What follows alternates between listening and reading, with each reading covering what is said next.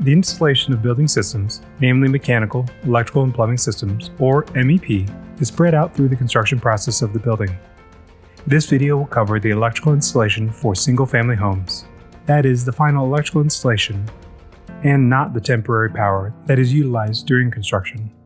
It is worth noting that the electrical grid, which is how electricity is transformed from producers of electricity to the final consumer, transports power at high voltage, and a step-down transformer is necessary to transform the grid's high voltage to voltage commonly used in a home. So, to start, depending on how the house pulls power from the electrical grid, roughing of electrical conduits might be done during site preparation. This mainly happens if the connection to the grid is done by underground.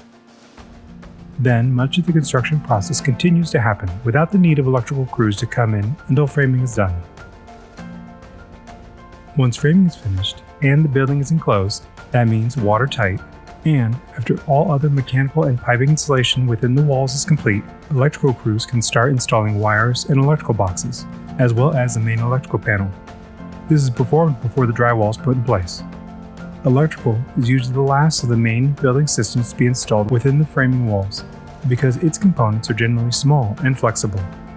Once wiring, boxes, and other electrical panels are finalized, an inspection is usually performed to assess if they are done correctly, because once the drywall is installed, this type of visual inspection is not possible. Once assessment is finished and the crews are given the go-ahead to continue, drywall can be installed.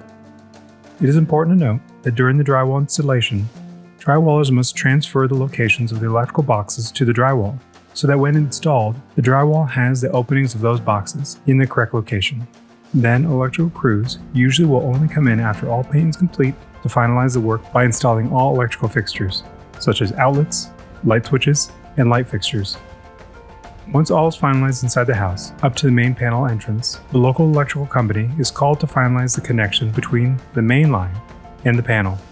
This includes installing a meter, connected to the main line using above ground or underground connections, and providing permanent power to the building. The final connection is usually done when the home is ready to be occupied.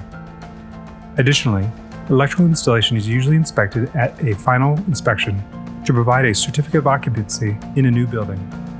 The coordination between permanent power and final inspection should be reviewed depending on the requirements of each jurisdiction.